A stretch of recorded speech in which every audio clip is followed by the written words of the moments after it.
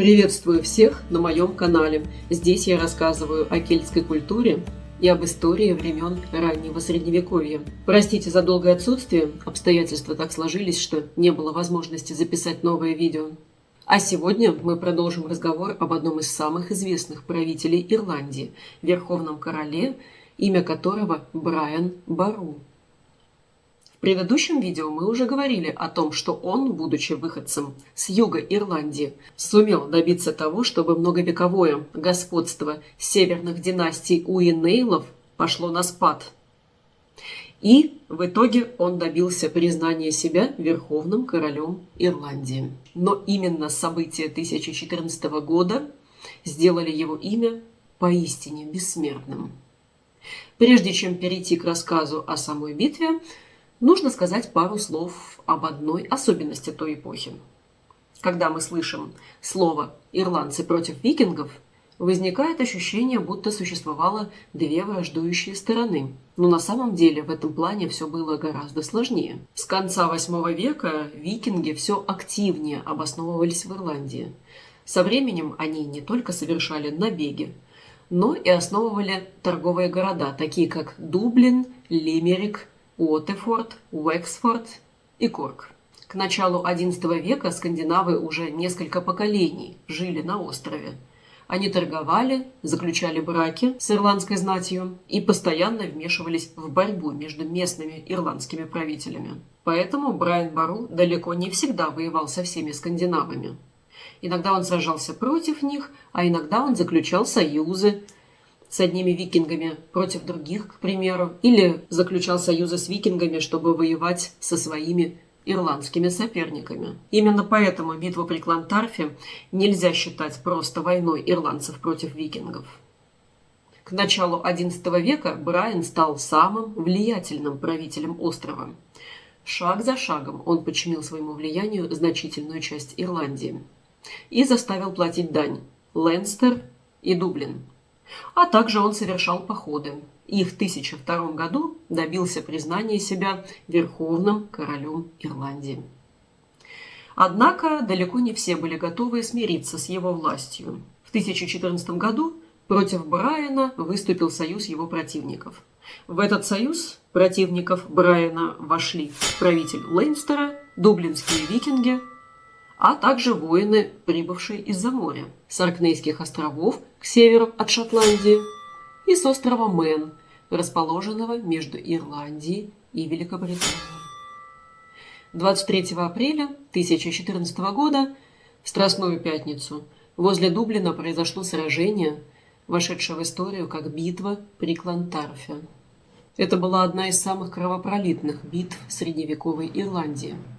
Точное количество участников этой битвы неизвестно.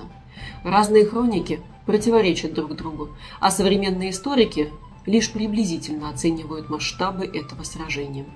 Битва при Клантарфе подробно описана в ирландских хрониках, таких как Анналы Ольстера, Анналы Инишфалена и латинская хроника Краникон Скоторум. Однако эти источники расходятся в деталях и не приводят точной численности участников. Например, Annals of Ulster сообщают лишь о тысячах и тысячах погибших, не называя конкретных цифр. Поэтому современные историки могут говорить только о приблизительных оценках, которые обычно составляют от 7 до 10 тысяч погибших. Но одно известно наверняка – армия Брайана Бору одержала победу. Однако сам король Брайан этой победы уже не увидел. Согласно более поздней традиции, Брайану тогда было около 70 лет. Он был уже в преклонном возрасте и не участвовал непосредственно в бою, а находился в своем шатре и молился. После окончания сражения несколько воинов противника ворвались в лагерь и убили его. Историки до сих пор спорят, насколько достоверны вот эти подробности касательно того, что Брайан Бору во время битвы молился в шатре. Сам факт гибели Брайана Бору не вызывает сомнений у исследователей, а вот история о его молитве впервые появляется лишь спустя несколько десятилетий после битвы. Но именно вот этот образ молящегося короля во многом сформировал образ Брайана в ирландской памяти как образ правителя, практически святого, который, согласно преданиям, непоколебимо встретил свою смерть во время молитвы. После гибели Брайана Бару созданное им политическое единство оказалось недолговечным, и вскоре объединенная им часть Ирландии вновь разделилась на соперничающие королевства. Поэтому иногда можно услышать такой вопрос: если после его смерти единство не сохранилось, почему же Брайана Бару считают одним из величайших королей Ирландии? Ответ заключается не только в победе в битве при Клантарфе. Брайан стал первым правителем за многие столетия, которому удалось настолько близко подойти к объединению большей части острова под своей властью. Он показал, что власть верховного короля может быть не только почетным титулом, но и реальной политической силой. Именно поэтому его имя и пережило века, и настолько известно среди ирландцев. Сегодня в Ирландии Брайана Бару помнят не только как талантливого полководца, но и как мудрого правителя, защитника и объединителя страны.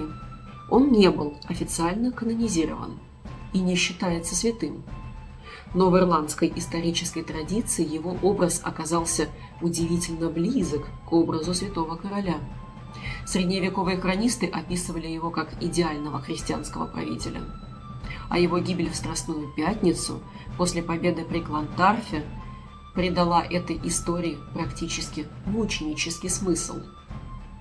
Поэтому для многих ирландцев Брайан Бару – это не просто исторический персонаж, это один из главных национальных героев Ирландии. На сегодня все. Если понравилось это путешествие по раннему Средневековью, подписывайтесь. Впереди еще много интересных историй о кельтах, их религии, культуре и социально-политическом устройстве общества того времени. До новых встреч!